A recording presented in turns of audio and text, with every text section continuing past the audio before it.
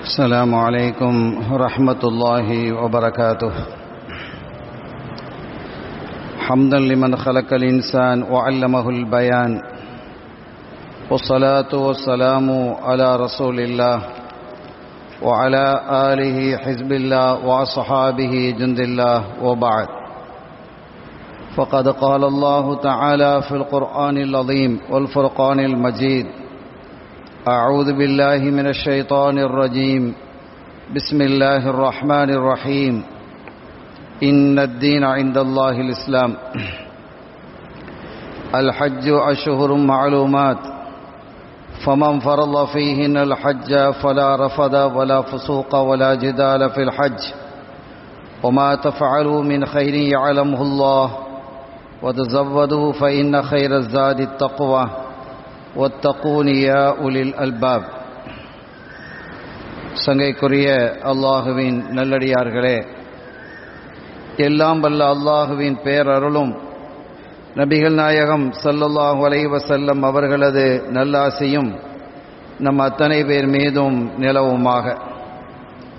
அல்லாஹும் அவனது ரசூலும் எந்தெந்த காரியங்களை எடுத்து நடக்க வேண்டும் என்று நமக்கு கட்டளையிட்டுள்ளார்களோ அவை அனைத்தையும் எடுத்து நடக்கவும், எவைகளை தவிர்ந்து நடக்க வேண்டும் என்று உத்தரவு பிறப்பித்துள்ளார்களோ அவை அனைத்தையும் தவிர்ந்து நடக்கவும் ஆரம்பமாக எனக்கும் உங்களுக்கும் நான் வசியத்து செய்து கொள்கிறேன். அல்லாஹ் தௌஃபீக் செய்வானாக. ஆமீன். சங்கையான பெருமக்களே, புனிதமான ஹஜ்ஜினுடைய மாதம் இந்த ஷவ்வாலிலிருந்து ஆரம்பமாகிறது. எல்லாம் வல்ல அல்லாஹ் அவனுடைய திருமறையாம் அல் குர்ஆன் ஷரீஃபில் அல் ஹஜ்ஜு அஷ்ஹுரும் மஅலூமாத், ஹஜ்ஜு என்பது அறியப்பட்ட சில மாதங்களில்தான். ஃபமன் ஃபரத ஃபீஹின்னல் ஹஜ்ஜ, அந்த காலத்தில் யார் ஹஜ்ஜுக்காக நியத்து செய்கிறாரோ, தன் மீது கடமையாக்கிக் கொள்கிறாரோ, அவர் ஃபலா ரஃபத வலா ஃபுசூக வலா ஜிதால ஃபில் ஹஜ், அவர் எந்த பாவங்களையும் செய்ய வேண்டாம். ஃபிஸ்க் என்ற தப்பான காரியங்களில் அவர் ஈடுபட வேண்டாம். தர்க்கத்திலும் அவர் ஈடுபட வேண்டாம். ஒமா தஃஅலு மின் கைரி யஅலமுல்லாஹ், நல்லவைகளிலிருந்து நீங்கள் என்ன காரியங்களை ஆற்றுகிறீர்களோ அவைகளை அல்லாஹ் மிக்க அறிந்தவனாக இருக்கிறான். وَتَزَوَّدُوا فَإِنَّ خَيْرَ الزَّادِ التَّقْوَى, நீங்கள் இந்த புனிதமான ஹஜ்ஜுக்காக நல்ல முறையில் தயாராகிக் கொள்ளுங்கள். அப்படி தயாராகுவதிலே மிகச் சிறந்தது எது என்றால் தக்வா என்ற இறையச்சம்தான். வத்தகூனி யா உலில் அல்பாப், புத்திசாலிகளே, அறிவு ஜீவிகளே, என்னை நீங்கள் அஞ்சி நடந்து கொள்ளுங்கள், தக்வாவோடு இருந்து கொள்ளுங்கள் என்று அல்லாஹ் இந்த வசனத்தில் குறிப்பிடுகிறான். சங்கையான பெருமக்களே, இஸ்லாத்தினுடைய கடமைகளில் நிறைவான கடமையாகிய இந்த ஹஜ்ஜு என்பதை ஒரு குறிப்பிட்ட காலத்தில் மட்டும்தான் நியத்து செய்ய முடியும். ஆனால் அதோடு இணைந்திருக்கக்கூடிய உம்ரா என்பதனை எல்லா காலங்களிலும் உம்ரா செய்யலாம். அதற்கு இந்த காலம்தான், இந்த காலம் இல்லை என்றெல்லாம் வரையறை கிடையாது. 12 மாதங்களிலும் எந்த மாதங்களிலும் உம்ராவுக்காக நியத்து வைக்க முடியும், உம்ரா செய்ய முடியும். ஆனால் ஹஜ்ஜுக்காக நியத்து வைப்பது என்பது இந்த 3 மாதங்களில் தான். அதாவது ஷவ்வால், துல்காதா, துல்ஹிஜ்ஜா, இந்த 3 மாதங்கள் என்றால் இந்த 3 மாதமும் முழுமையாக அல்ல. ஷவ்வாலிலே நாம் என்ன செய்யலாம்? ஹஜ்ஜுக்காக இஹ்ராம் கட்ட முடியுமா? முடியும். இந்த மாதத்தில் துல்காதா மாதத்திலும் இஹ்ராம் கட்டலாம். துல்ஹஜ் மாதத்திலேயும் அந்த 9 நாளுக்குள்ளால் இஹ்ராம் கட்டி கொள்ளலாம். இதை தவிர்த்து பிற மாதங்களில் என்ன செய்ய முடியாது? ஹஜ்ஜுக்காக இஹ்ராம் கட்டினால் அது ஹஜ்ஜாக உண்டாகாது, அது உம்ராவாக நிறைவேறும். இதைத்தான் அல்லாஹ் சொல்லும் பொழுது அல் ஹஜ்ஜு அஷ்ஹுரும் மஅலூமாத், அறியப்பட்ட சில மாதங்களில் மட்டும்தான் ஹஜ்ஜுக்காக நியத் செய்ய முடியும். இப்ப ஹஜ்ஜினுடைய சட்ட திட்டங்களை பல இடங்களில் சொல்லப்படுகிறது, நாம் அதை இங்கே சொல்ல வரவில்லை. ஆனால் ஹஜ்ஜுக்காக இப்ப நியத்து செய்யலாமா, எஹராம் கட்டலாமா? கட்டலாம். கட்டினா ஹஜ் வரைக்கும் எஹராமோட இருக்கணும், அது வேற விஷயம். அது சாத்தியமா என்றால் அது பெரும்பாலும் சாத்தியம் இல்லை. அப்படி எஹராம் கட்டுவதற்கான அனுமதி இந்த மாதத்தில் இருந்து ஷவ்வால் இருந்து ஆரம்பமாகி விடுகிறது என்ற விஷயத்தை தான் ரப்புல் ஆலமீன் அல்லாஹ் ஜல்ல ஷானஹு வ தஆலா இந்த புனிதமான வசனத்திலே குறிப்பிடுகிறான். அருமையான பெண்மக்களே, ஹஜ்ஜு என்றாலே அரஃபா தான். இப்ப அதை பத்தி தான் நம்ம பேச போறோம். ரெண்டு விஷயம், அரஃபா காபா. ஹஜ்ஜு என்றாலே அல் ஹஜ்ஜு அரஃபா என்கிறார்கள் கண்மணி முஹம்மதுர் ரசூலுல்லாஹி ஸல்லல்லாஹு அலைஹி வஸல்லம் அவர்கள். அரஃபா தான் ஹஜ்ஜு. இது அல்லாமல் பிற வணக்கங்கள் ஹஜ்ஜிலே இருக்கிறது என்றாலும் ஒருவேளை அது விடுபட்டாலும் பிந்திய காலங்களில் தொடர்ந்து செய்ய முடியும். இப்போ உதாரணமா அரஃபால தங்கிட்டாரு, ஹஜ்ஜினுடைய ஃபர்லாக இருக்கக்கூடிய இன்னொரு ஃபர்லாக இருக்கக்கூடிய தவாஃபை அவர் செய்யலன்னு வச்சுக்கோங்க. தவாஃபை அவர் என்ன செய்யல. அரஃபால தங்கினாரு, முஸ்தலிஃபாக்கு வந்தாரு, மினால கல் எறிஞ்சாருலாம் வச்சுக்கிடுவோம். ஆனா தவாஃப் செய்யணுமா இல்லையா? தவாஃபுல் இஃபாதா ஃபர்லான தவாஃப், தவாஃபுல் ஃபர்லு, தவாஃபுல் இஃபாதா, தவாஃபுல் ஜியாரா என்று எல்லாமே ஒண்ணுதான். இந்த ஃபர்லான தவாஃபுக்கு இத்தனை பெயர்கள் இருக்கிறது. இந்த தவாஃபை ஒருத்தர் செய்யாம ஊருக்கு வந்துட்டார், தவாஃப் ஹஜ்ஜு கூடாம போயிடும். உடனே ஹஜ்ஜு முறிஞ்சிருமா? முடியாது, ஹஜ்ஜு முடியாது. ஆனால் அவர் என்ன செய்யணும்? தன்னுடைய மனைவியோடு உறவு கொள்ளாமல் இருக்கணும். அப்படி அவர் தாயகம் வருவார்வேயானால் தன்னுடைய மனைவியோடு தொடர்பு கொள்ளாமல் இருந்தால் ஹஜ்ஜு முடியாது. அவர் திருப்பி என்ன செய்யணும்? அங்க போய் தவாஃப் செய்யணும், சாயை செய்யணும் என்ற. ஆனால் அரஃபா ஒருவருக்கு கிடைக்கலன்னு வச்சுக்கோங்க. அவர் ஹஜ்ஜுக்கா எஹ்ராம் கட்டினாரு, தவாஃப் செய்யறாரு, சாய் செய்யறாரு, எல்லாம் செய்யறாரு. அரஃபாக்கு போகலன்னா என்ன செய்ய முடியும்? அது என்ன செய்ய? அதை உம்ராவாக மாறிடும், அவ்வளவுதான். திருப்பி தவாஃப் செஞ்சு சாயை செஞ்சு முடிய வெட்ட வேண்டியதான், அது உம்ராவாக மாறி போயிடும். எனவேதான் ஸல்லல்லாஹு அலைஹி வஸல்லம் அவர்கள் அல் ஹஜ் அரஃபா என்று குறிப்பிட்டார்கள். அரஃபா தான் ஹஜ்ஜிலே பிரதானமானது என்பதை நாம் உணர்ந்து கொள்வோமாக. அருமையான பெருமக்களே, ரப்புல் ஆலமீன் அல்லாஹ் ஜல்ல ஷானஹு வ தஆலா ஆதம் அலைஹிஸ்ஸலாம் அவர்களை படைத்து அகதல் மீதாக் என்ற ஒரு உடன்படிக்கையை எடுத்தான்.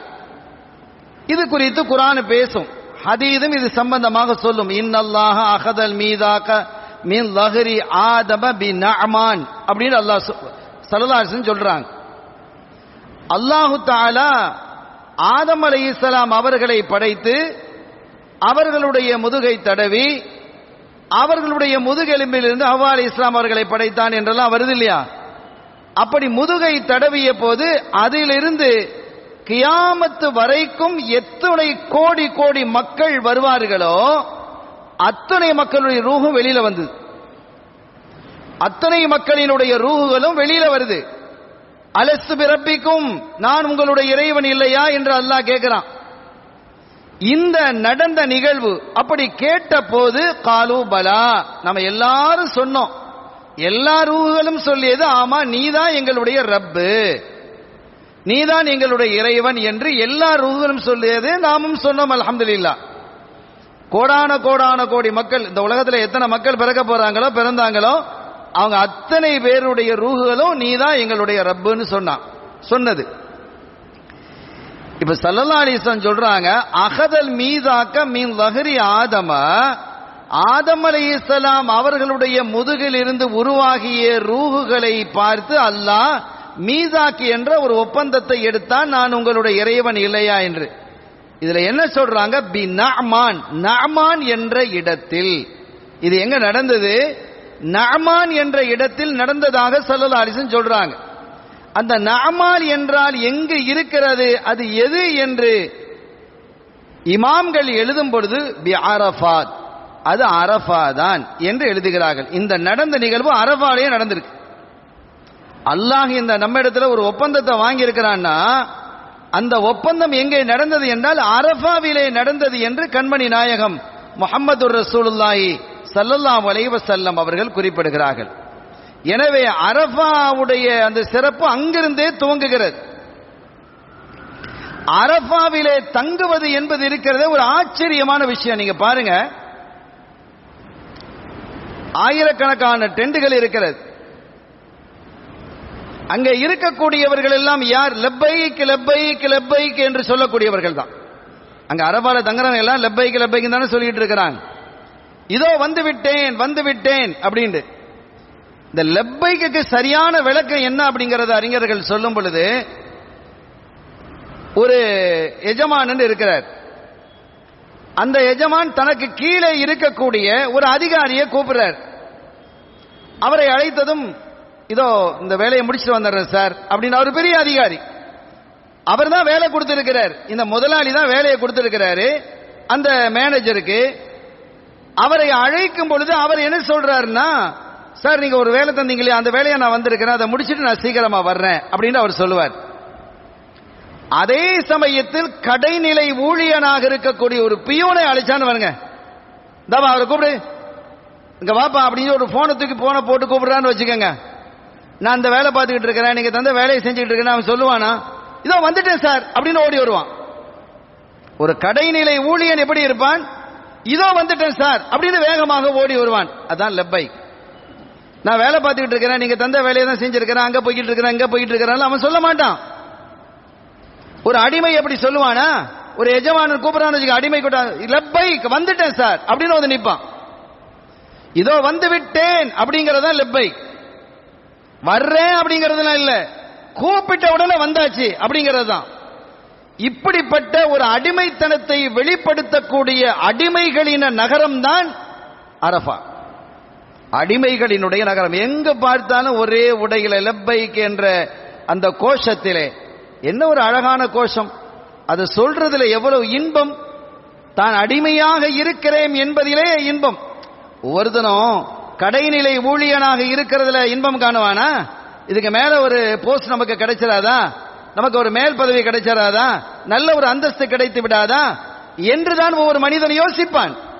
ஆனால் அரஃபாவிலே தங்கக்கூடிய ஒவ்வொருவனும் லப்பைக் லப்பைக் லப்பைக், நான் உன்னுடைய அடிமைதான், நீ அழைத்தாய் நான் வந்து விட்டேன் ரஹ்மானே, லப்பைக் நான் அடிமையாக இருக்கிறேன் என்று தன்னுடைய அடிமைத்தனத்தை வெளிப்படுத்தக்கூடிய ஒரு அற்புத தலமாகத்தான் அரஃபாவை பார்க்கப்படுகிறது.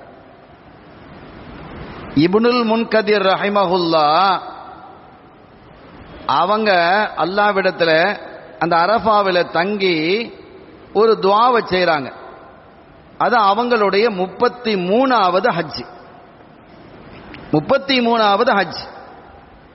அவங்க சொன்னாங்க, யா அல்லாஹ், நான் செய்த முதலாவது ஹஜ் எனக்குரியது, இரண்டாவது ஹஜ் என் தாய்க்குரியது, மூணாவது ஹஜ் என் தந்தைக்குரியது, மீறி 30 ஹஜ்ஜுகளினுடைய நன்மைகளையும் இந்த அரஃபாவிலே வந்து யார் தங்குகிறார்களோ அவர்களுக்கு நீ சன்மானமாக அதனுடைய நன்மையை வழங்கி விடுவாயாக அப்படின்னு என்ன செய்யறாங்க, சையதுனா இப்னுல் முன்கதிர் ரஹ்மத்துல்லாஹி அலைஹி அவர்கள் குறிப்பிடுறாங்க. இப்ப நம்ம செய்யக்கூடிய ஹஜ்ஜினுடைய தரமும் அவர்கள் செய்யக்கூடிய ஹஜ்ஜுடைய தரமும் ஒன்று அல்ல. எல்லா ஒன்றும் ஒன்று அல்ல. எல்லா ஒன்றும் ஒன்றா? நம்ம ஊர்ல இருக்கக்கூடிய ₹1, சிங்கப்பூர்ல இருக்கக்கூடிய ₹1, சவுதியில் இருக்கக்கூடிய ₹1 எல்லாம் வித்தியாசப்படுகிறது. ஒன்று என்பது எல்லா ஒன்றும் ஒன்று அல்ல. வித்தியாசம் கிடைப்பது போன்று நாம் செய்யக்கூடிய ஹஜ்ஜாக இருந்தாலும் நாம் செய்யக்கூடிய தொழுகையாக இருந்தாலும் சாலிஹீன்களாக அல்லாஹ்வுக்கு தகர்ருபாகிவிட்ட அவர்கள் செய்யக்கூடிய ஹஜ் தொழுகையும் வித்தியாசப்படும். அது பாரிய வித்தியாசமாக இருக்கலாம். அந்த வகையிலே சையதுனா இப்னுல் முன்கதிர் ரஹ்மத்துல்லாஹி அலைஹி 30 ஹஜ்ஜை இந்த அரஃபாவிலே வந்து யார் தங்குகிறார்களோ அவர்களுக்கு இதனுடைய நன்மைகளை நீ வழங்கி விடுவாயாக என்று அவங்க என்ன செய்யறாங்க, சன்மானமாக நமக்கெல்லாம் வழங்குறாங்க. அப்ப அல்லாஹ்வின் புறத்தில் இருந்து ஒரு அசரீரியோ அல்லது ஒரு இல்ஹாமோ அவர்களுக்கு ஏற்படுது. இப்னுல் முன்கதிர் என்ன பெரிய கிஃப்ட் தந்துட்டதாக, கிஃப்டை ஒரு அன்பளிப்பை வழங்கி விட்டதா நீங்க நினைக்கிறீங்களோ? என்னுடைய அடியார்களுக்கு ரொம்ப பெரிய அன்பளிப்பை வழங்கி, பெரிய அன்பளிப்பு தான், அதுல சந்தேகம் இல்லை. ஒரு ஹஜ் செய்யறதுக்கு என்ன பாடுபட வேண்டியிருக்கு, எவ்வளவு செலவு செய்ய வேண்டியிருக்கு. செலவு செஞ்சு அங்க போய் நான் அடிமைங்கிறான். எப்படி இருக்கு? லட்சக்கணக்கான ரூபாயை செலவு செய்து நான் உன்னுடைய அடிமை, அடிமை என்பதை சொல்வதற்காகவே இந்த மண்ணுக்கு வந்தேன் என்று சொல்லக்கூடிய தலம் தான் ஹஜ்ஜினுடைய தலம். ஹஜ்ஜை நம்ம விளங்கிக்கிடணும். அங்க தவாப் செய்யறோம், சாய் செய்யறோம் என்பது அல்ல, அது உண்டு. ஆனால் அதனுடைய அடிப்படை தன்னுடைய உபூதியத்தை, தன்னுடைய அடிமைத்தனத்தை தெளிவாக வெளிப்படுத்துவதுதான். நான் அடிமைதான், நான் எவ்வளவு கோடீஸ்வரனா இருக்கட்டும், அடிமைதான் வந்திருக்கிறேன். அப்ப இப்னுல் முன்கதீர் ரஹ்மத்துல்லாஹி அலைஹி அவர்களை பார்த்து, இப்னுல் முன்கதீர், என்னுடைய அடியார்களுக்கு நீங்க ரொம்ப பெரிய நன்கொடைகளை, அன்பளிப்புகளை வழங்கிவிட்டதாக கருதுகிறீர்களா? இந்த அரபாவை படைப்பதற்கு முன்பாகவே 1000 வருஷத்திற்கு முன்பாக யார் இந்த அரபாவிலே வந்து தங்குகிறார்களோ அவர்களுடைய பாவ பிழைகளை மன்னிக்கிறேன் என்று அப்பவே நான் தீர்மானித்து விட்டேன். அல்லாஹ் அப்பவே நான் தீர்மானித்திருக்கிறேன் என்கிறான். அது எவ்வளவு பெரிய நன்மை!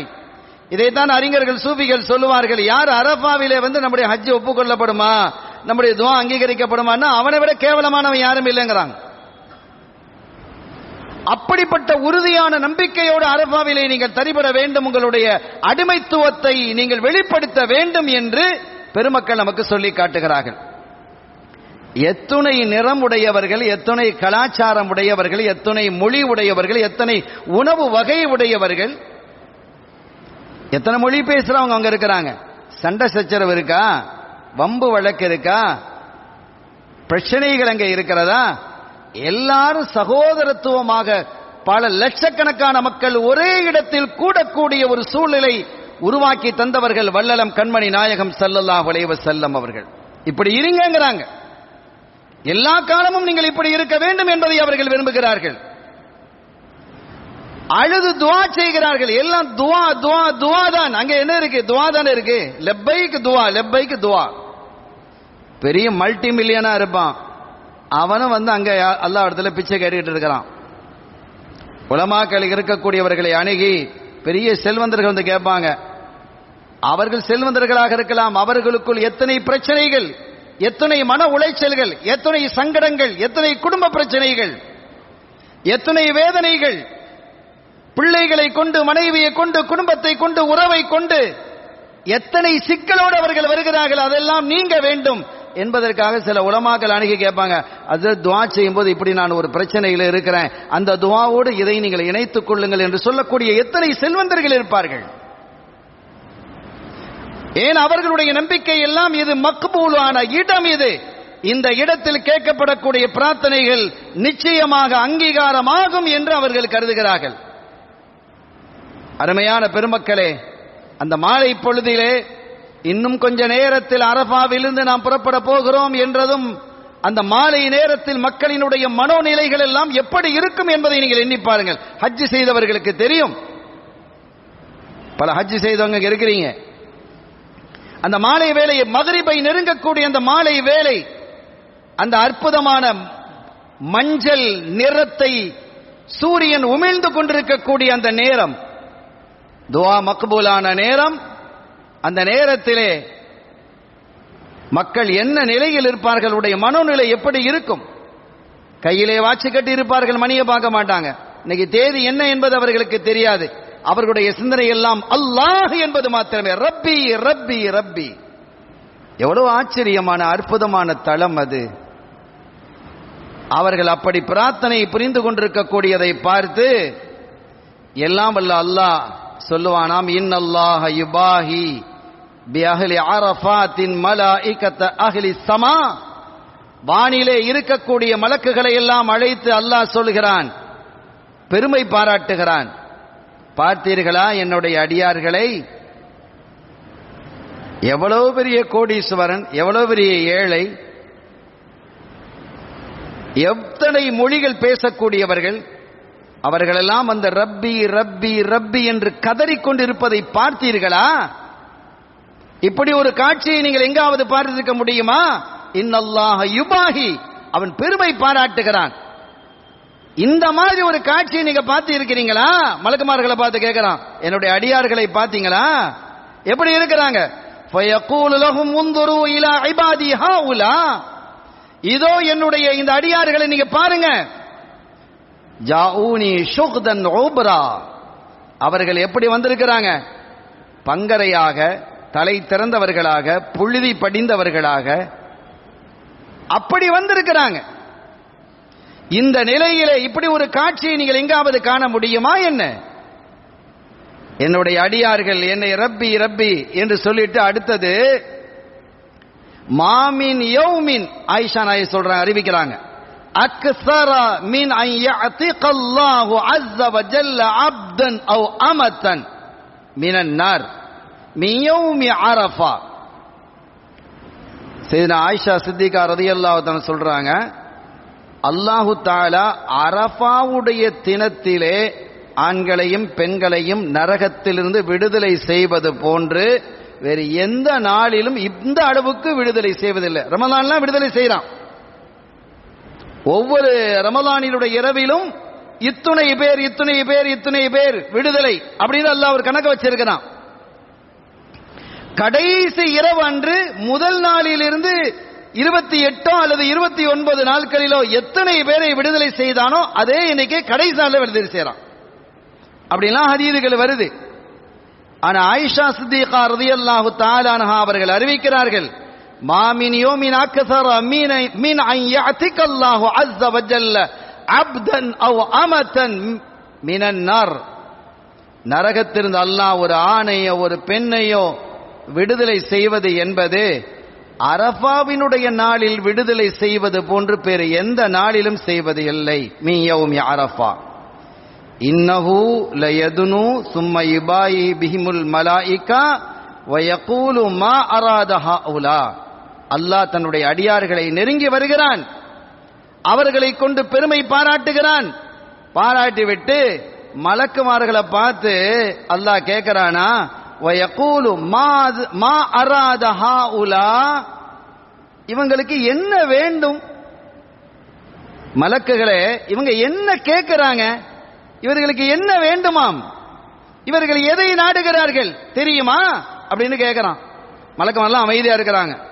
அவங்க என்ன கேட்கிறாங்க? என்னை கேட்கிறார்கள், என்னை நாடுகிறார்கள்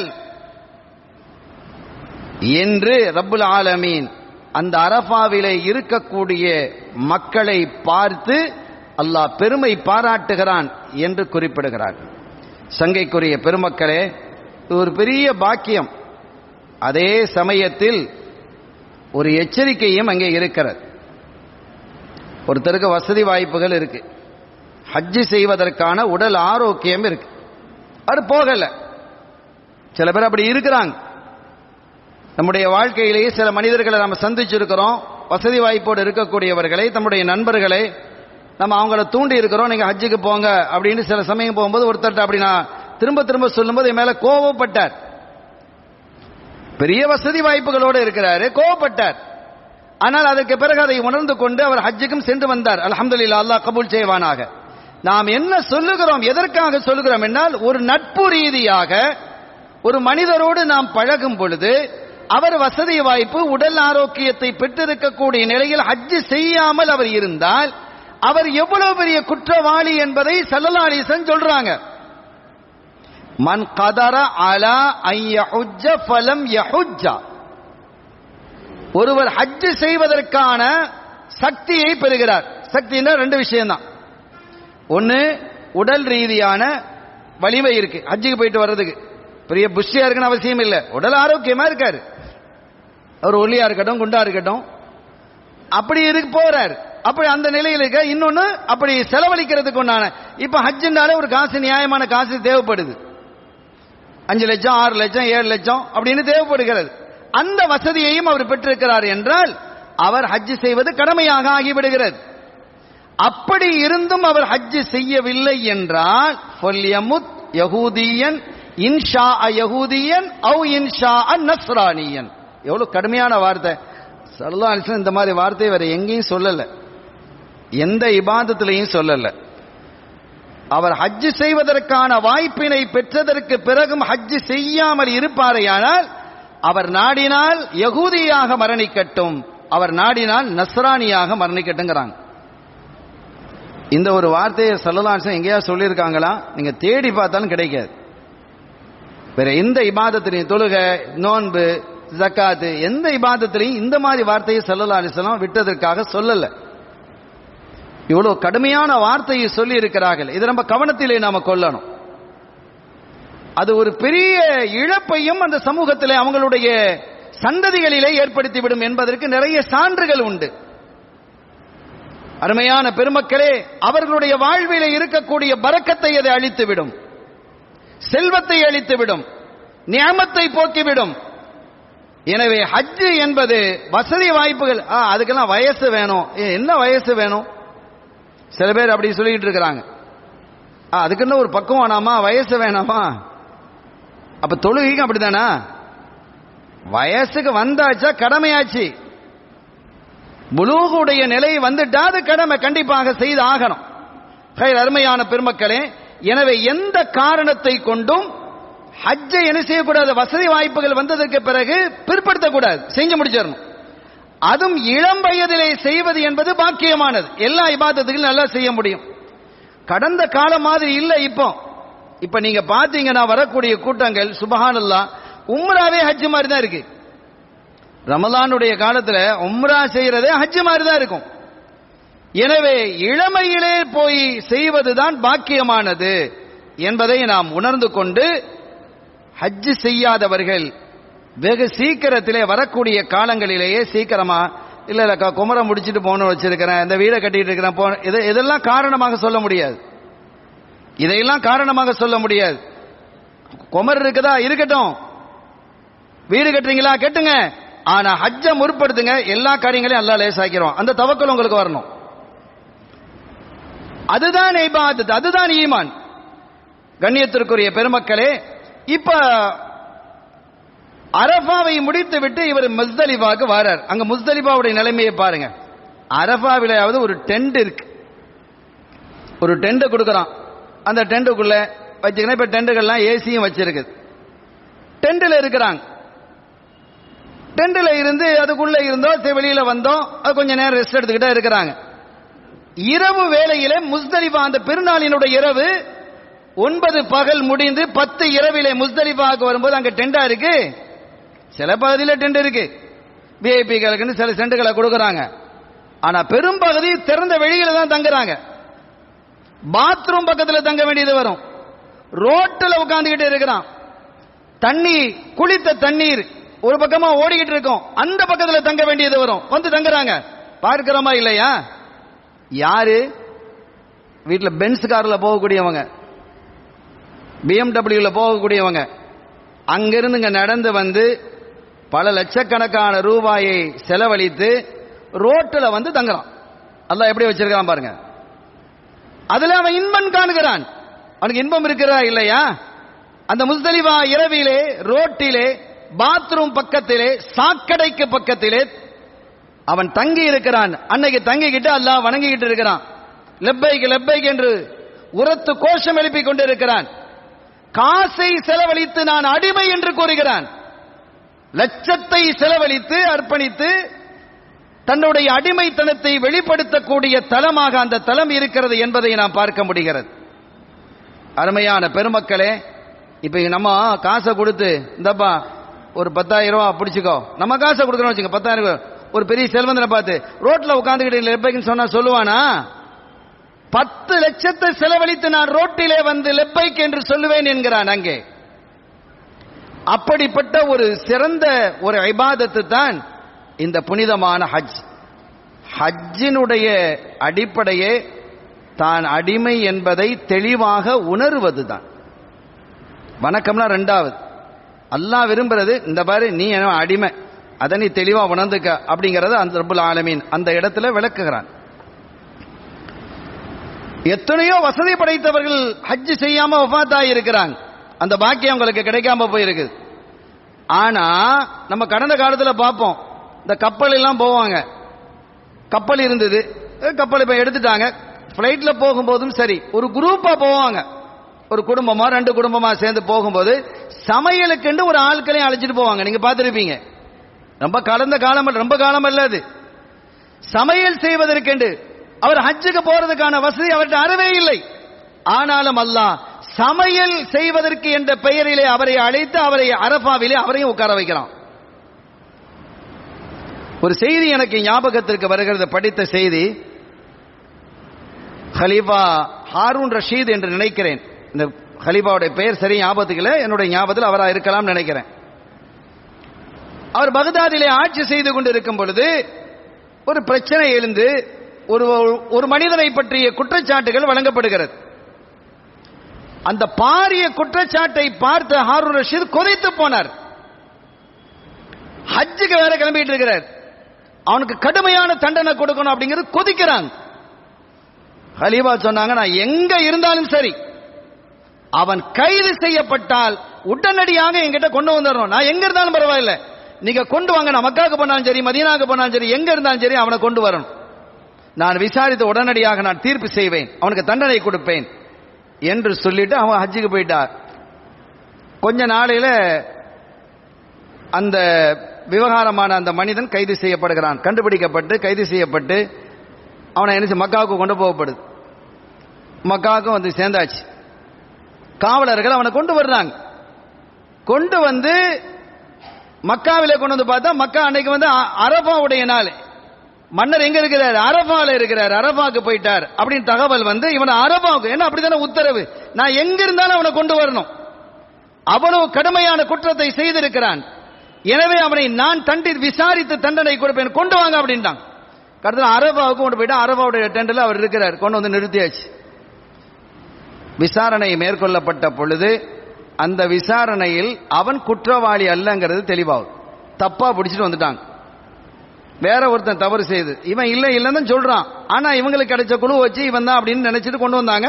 கடைசி விசாரணையில் அவன் அல்ல என்று தெரிவாகனதும் மன்னர் சொன்னாரு, இவன் அரபாவுக்கு வெளியில கொண்டு போய் இஹ்ராம கட்டிட்டு நேரா கொண்டு வந்து அரபாவில் என்ன செய்யுங்க, ஹஜ்ஜுக்காக வேண்டி அவனுக்கு அரபாவில் தங்க வைங்கிறான். அல்லாஹ் நாடினா ஒருத்தனை கள்ளண்டு பட்டத்தை கொடுத்து ஹாஜி ஆக்கிடுவான். அவன் கள்ளன் இல்லை. அல்லாஹ் நாடினால் எப்படி கொண்டு வந்திருக்கிறான் பாருங்க. ஒருத்தனுக்கு கள்ளன் என்ற பட்டத்தை கொடுத்து, ஒரு குற்றவாளி என்ற பட்டத்தை கொடுத்து அவனை நேராக அழைத்து கொண்டு வந்து தன்னுடைய இடத்திலே தங்க வைத்து அவனை ஹாஜியாக்கி அனுப்புகிறான். இது அல்லாஹ்வுடைய குத்ரத்து. அவனுடைய செயல்பாடுகள் இருக்குது, அவனுடைய கற்பனைகள் இருக்கிறது, ஆச்சரியமானது. நாம் நினைத்தும் பார்க்க முடியாத அளவிற்கு அந்த கற்பனைகள் எல்லாம் விசாலமானது, ஆச்சரியமானது. அருமையான பெருமக்களே, இப்படி இந்த புனிதம் நிறைந்த சிந்தனைகளும் செயல்பாடுகளும் உள்ள ஒரு இபாதத்து தான் ஹஜ்ஜு என்பதை நாம் விளங்கிக் கொள்ளணும். ஹஜ்ஜுக்கு போறதுக்கு முன்னாலேயே அந்த ஹஜ்ஜை பற்றிய வரலாறு முதல்ல புரியணும். இந்த ஹஜ்ஜு எப்படி ஏற்பட்டது, கஅபா எப்படி ஏற்பட்டது, ஏன் கல் எறிய வேண்டும், இதற்கான வரலாறுகளை நாம் தெரியும் பொழுது அந்த தியாகிகளினுடைய தியாகத்தை நாம் நினைவு கூற முடியும். அது அல்லாஹ்வுக்கு பிரியம். என்னுடைய நல்லடியார்கள் செய்த அந்த தியாகங்களை உதுக்குரு என்று எத்தனை இடங்கள் அல்லாஹ் சொல்றான். உதுக்குர், நினைவு கூர்ந்து பாருங்கள். எனவே இவைகளை எல்லாம் நாம் நினைவு கூர்ந்து பார்க்கக்கூடிய தளங்கள். வெறும் தவாபையும் சாயை மட்டும் செய்வதற்காக நாம் செல்லவில்லை. நம்முடைய இதயத்தை பரிசுத்தப்படுத்துவதற்கும் அந்த தியாகிகளை குறித்த நல்லெண்ணங்களை இன்னும் நாம் தூய்மைப்படுத்திக் கொள்வதற்காகவும் தான் இந்த ஹஜ்ஜு இருக்கிறது என்பதை நாம் புரிந்து கொள்ளணும். அடுத்து புனிதமான கஅபா. இந்த கஅபாவை குறித்து ஒரு ஹதீஸ் வருது பாருங்க. நீங்க முதலாவதாக கஅபாவை பார்க்கும்போது, இஹ்ராம் கட்டிக்கிட்டு நம்ம போறோம், அது வந்து ஹஜ்ஜுனுடைய இஹ்ராமோ உம்ராவுடைய இஹ்ராமோ எப்படியோ, காபாவை நாம் இதுவரைக்கும் பார்க்கல. காபாவை நம்ம இப்ப முதலாவது நம்ம பார்க்க போறோம். எந்த காபா? உசல்லி ஃபர்லுல் லுஹரி உசல்லி ஃபர்லுல் அஸரி உசல்லி ஃபர்லுல் ஜும்ஆத்தி அப்படின்னு தக்பீர் கட்டி இதல் கஅபத்தி ஷரீஃபா, காபாவை சங்கையான காபாவை முன்னோக்கி தொழுகிறேன் என்று நியத் வைக்கிறோமே.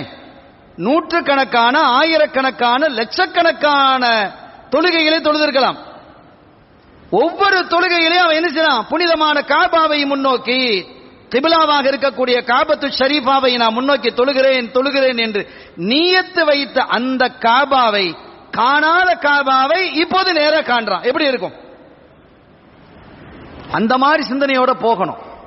இதெல்லாம் அல்லாஹ் ரொம்ப விரும்புறான். கல்ப அப்படி மாத்திக்கிடணும். வெறுமனே உம்ரா செய்ய போறோம், ஹஜ் செய்ய போறோம் அப்படி இது இல்லை. இதுதான் நமக்கும் சாலிஹீன்கள் சூஃபியார்களுக்கும் இடையில உள்ள வித்தியாசம். அல்லாஹ்வினுடைய குதரத்தையும் அவனுடைய அருளையும் அவனுடைய நியாமத்தையும் நினைவு கூர்ந்து ஒவ்வொரு இடத்திலேயும் நினைவு கூர்ந்து பார்ப்பார்கள். அதில் இருக்கக்கூடிய அதிசயத்தையும் ஆச்சரியத்தையும் அல்லாஹ் வழங்கி இருக்கக்கூடிய அந்த அருளையும் ஃபைலையும் நினைவு கூர்ந்து பார்ப்பார்கள் அந்த பெருமக்கள். அந்த காபாவை முன்னோக்கி தொழுகிறோம் என்று நியத்தை செய்து காலமெல்லாம் தொழுது வந்த நாம் சொல்லி வந்த அந்த காபாவை இப்போது கண்ணால் காணுகிறோம் என்று வரும் பொழுது முதலாவது நீங்கள் பார்க்கும் பொழுது முழுமையாக பாருங்கள் என்கிறார்கள் ஸல்லல்லாஹு அலைஹி வஸல்லம். அப்படியே நின்று பார்க்கணும் கொஞ்ச நேரம். பார்த்துட்டு தவாஃப் ஆரம்பி அப்படின்னு இருக்கக்கூடாது. காபா உங்களுடைய கண்களில் தெளிவாக முழுமையாக படுகிறதா, அதை முழுமையாக நின்று அப்படி கொஞ்ச நேரம் பாருங்க அப்படிங்கிறாங்க. ஒரு தகவலை நான் உங்களுக்கு சொல்லுவேன். ஒரு இறைநேசர் அவங்க ஹஜ்ஜுக்கு போறாங்க. ஹஜ்ஜுக்கு போகும்போது கடந்த காலத்தில் அப்ப விசா பாஸ்போர்ட் அது இதெல்லாம் ஒன்றும் தேவையில்லையே. ஹஜ்ஜுக்கு போறாங்க. போகும்போது அவங்க மகன் நானும் வருவேன், சின்ன பையன் ஒரு 7-8 வயசு பிள்ளை, நானும் வருவேன் அப்படிங்கிறான். தம்பி இப்ப நீங்க இல்ல இன்ஷா அல்லாஹ் இன்னொரு டைம்ல நமக்கு போவோம் அப்படின்னு சொன்னா அந்த பிள்ளை அடம் பிடிக்குது. இல்ல நான் வந்தே தீருவேன் அப்படின்ற ரொம்ப அடம் பிடிக்கிறதுனால ஒன்றும் செய்ய முடியல. வாப்பாவோட ரொம்ப அட்டாச்மெண்ட் கூட. வாப்பா போறாங்க, நானும் ஹஜ்ஜுக்கு வருவேன் ஒரே நாட்டம். கடைசியில் வேற வழி இல்லாம வாப்பாக்காரரு அவர் சாலிஹான ஒரு மனிதர், விலாயத்து உள்ளவர், பிள்ளையும் கூட்டிகிட்டு போயிட்டார். சரிம்மா நான் கூட்டிட்டு போறேன், நான் பாத்துக்கிறேன் பிள்ளை அப்படின்னு சொல்லி வீட்டில் சொல்லிட்டு கூட்டிட்டு போறார். புனிதமான காபாவை நெருங்குறார். முதல் முறையாக அந்த புள்ள காபாவை பார்க்க போறார். இவங்க முன்னால போயிருக்கலாம். அந்த புள்ள அந்த காபாவை பார்த்ததும் ஓண்டு கதறி அழுது அப்படியே மயங்கி கீழே விழுந்துருச்சு. முதல் முறையா பார்த்தோன்னு அப்படி ஒரு கத்தி கீழே விழுந்துடுச்சு. கீழே விழுந்து பார்த்தா மூச்சு நின்று போச்சு. கது புள்ள மௌத்தாயிடுச்சு. இவங்க அப்படியே தயங்கி மயங்கி கீழே விழுந்துட்டாங்க. இந்த மாதிரி கூட்டங்கள் அப்படி இல்லையே. அப்ப ஹஜ்ஜுக்கு அப்படியே நேரத்தோடய புறப்பட்டு போயிடுவாங்க. 4 மாசம் முன்னால 5 மாசம் முன்னால 6 மாசம் முன்னால புறப்பட்டு போயிருப்பாங்க. 50 பேர் 100 பேர் தான் தவாஃப் செஞ்சுக்கிட்டு இருப்பாங்க. அப்படிலாம் நான் காட்சி நாங்களே பார்த்துருக்கிறோம். அந்த காலத்தில் அப்படி விழுந்ததும் அப்படியே மயங்கி கிடக்கிறாங்க. ஒரு ஆள் சில பேர் அங்கிருந்து ஓடி வர்றாங்க. யாரும் மயங்கி கிடக்கிறாங்கன்னா மயக்கத்தை தெளிவிக்கிறாங்க. தெளிச்சு பார்த்தா அவர் மயக்க தெரிஞ்சு என் பிள்ளைங்க ஆயின வலதி, என் பிள்ளை எங்கன்னு கேட்கறாங்க. உங்க பிள்ளைய உங்களை நான் பார்க்கலையே, நீங்க மட்டும்தான் இங்க மயங்கி கிடக்குறீங்களா அவங்கிறாங்க. இல்ல என் பிள்ளை மயங்க விழுந்தாரு, மரணித்து போனாரு, அவர் கதறினாரு, அதை பார்த்துதானே நான் மயங்கினேன் என்று சொல்லும்போது அவங்க சொன்னாங்க நாங்க வேற யாரையும் பார்க்கல, நீங்க மயங்கி கிடந்தீங்க, தண்ணியை தெளிச்சு நாங்க தெளிவாக்குறோம். நடந்தது என்ன அப்படின்னா, இந்த பிள்ளை அது கற்பனை செஞ்சிருக்குது.